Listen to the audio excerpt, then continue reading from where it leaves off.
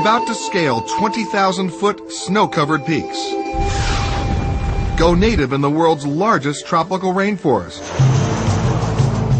Race over thousands of miles of desert coastline, all in a country relatively few have visited. And this is the man to take you there. He's explored this land from the inside out. A country that exists both on the threshold of a dream and at the crossroads of mysterious history. A mix of modern cities and ancient villages existing side by side. And our guide is a native-born Highland Indian whose own life has been an incredible journey. And he's going to take us on a wild, magical, mystical tour that can only be found here. This man is going to take us by foot, boat, plane, and helicopter to places most people never get to see. Because our guide has very special credentials. His name is Alejandro Toledo, and he is the president of Peru. So don't sit back. You can't relax. Because for the next hour, we're taking you on an extraordinary adventure to Peru, the Royal Tour. The geography of Peru is unique in the world. While 70% of the country is rainforest, Peru also has nearly 2,000 miles of Pacific coastline and boasts the second highest mountain range in the world, the Andes. Almost a third of Peru's 24 million people live here, in Lima. And driving past the elegant colonial buildings, this is where I begin my Peruvian adventure. I'm Peter Greenberg, Travel Channel's chief correspondent, and President Toledo has asked me to meet him at the palace.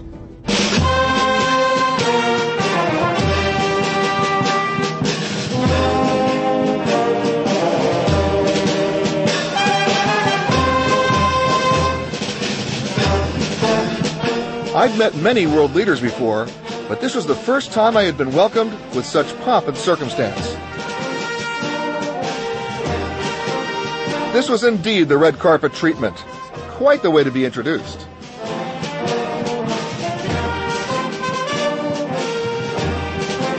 Welcome.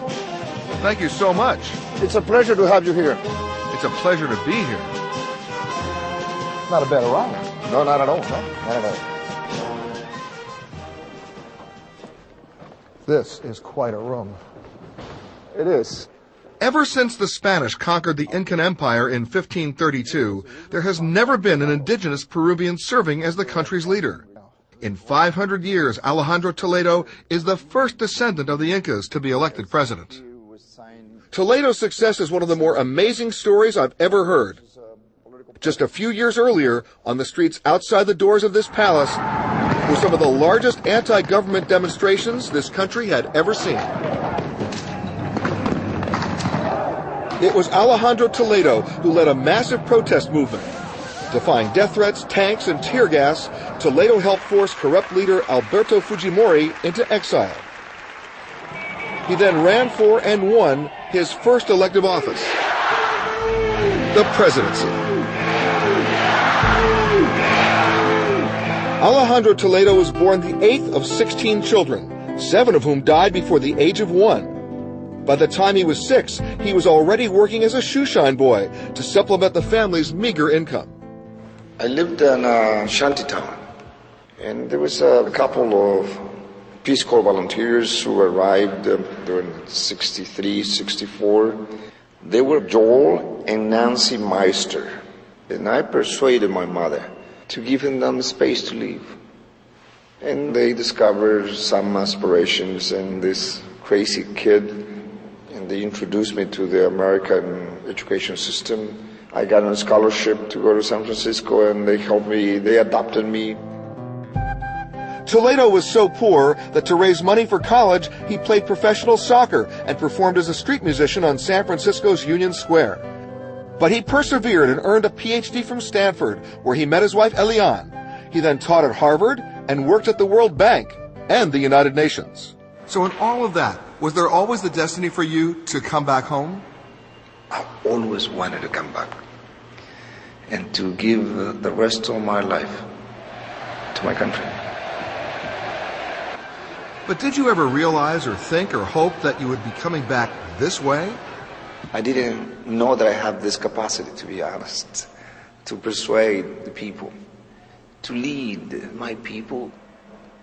I'm a lucky man to have been placed at a moment in history to lead my country to freedom and democracy. Now, as president, Toledo has encouraged travelers worldwide to visit Peru. Mr. President, when friends of mine have come to Peru before, they always return saying they had such an emotional reaction to their experience here. This is a very mystical country. This is a country with enormous cultural diversity. This is a country that has deep roots in the Inca Empire.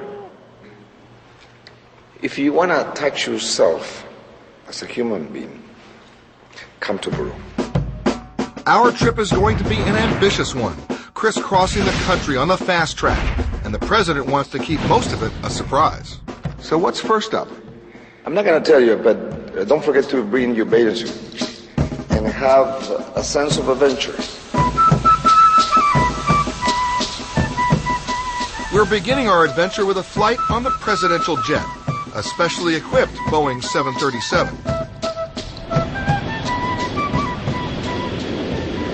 Peter, our first stop is about 400 miles north of Lima, a place called Trujillo. It's a small coastal city that's quite fascinating. Mr. President, why is it so barren down there?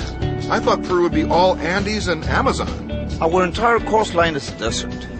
It's because the Andes Mountains block all the rainstorms that originate in the Amazon to the east. Look over here. Below us are the ancient ruins of Chan Chan. It was the largest adobe city in the world, Peter. Wow, it looks like it goes on for miles. It does. The Chinú culture that built the city existed at the same time as the Incas. This city is over 1,000 years old. It once housed over 50,000 people. But for us today, the real excitement happens on the water.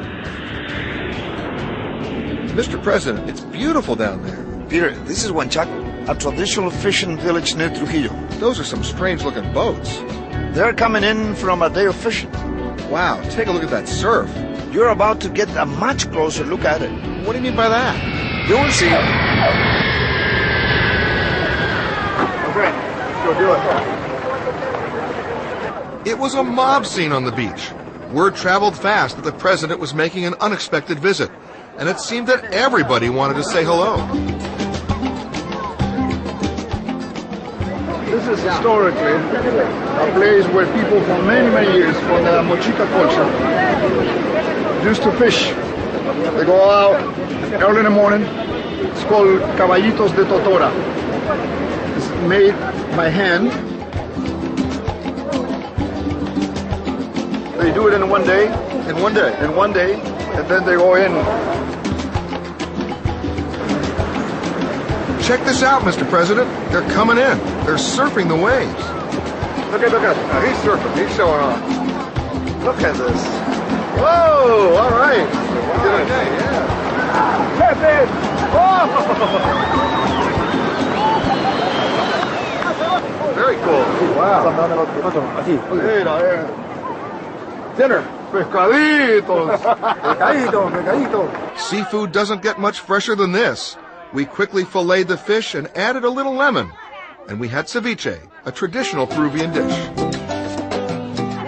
It had been quite a day. The president told me I'd be meeting a lot of people like the fishermen of Huanchaco, and I couldn't wait to see what was coming next.